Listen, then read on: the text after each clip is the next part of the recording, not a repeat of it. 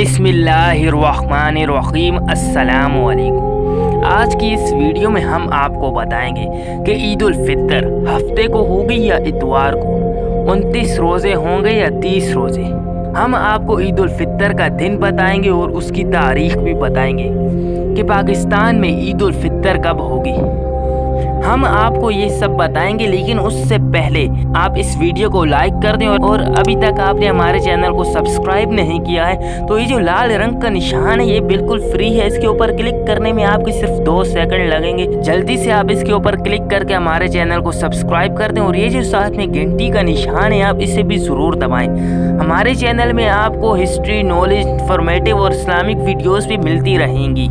तो पाकिस्तान में 2020 के साल में ईद उल फितर 24 मई इतवार के दिन होगी, यानी कि 23 मई को शवाल का चांद नज़र आएगा और 24 मई इतवार के दिन ईद होगी और सिर्फ 29 रोज़े होंगे और फिर उसके बाद ईद होगी।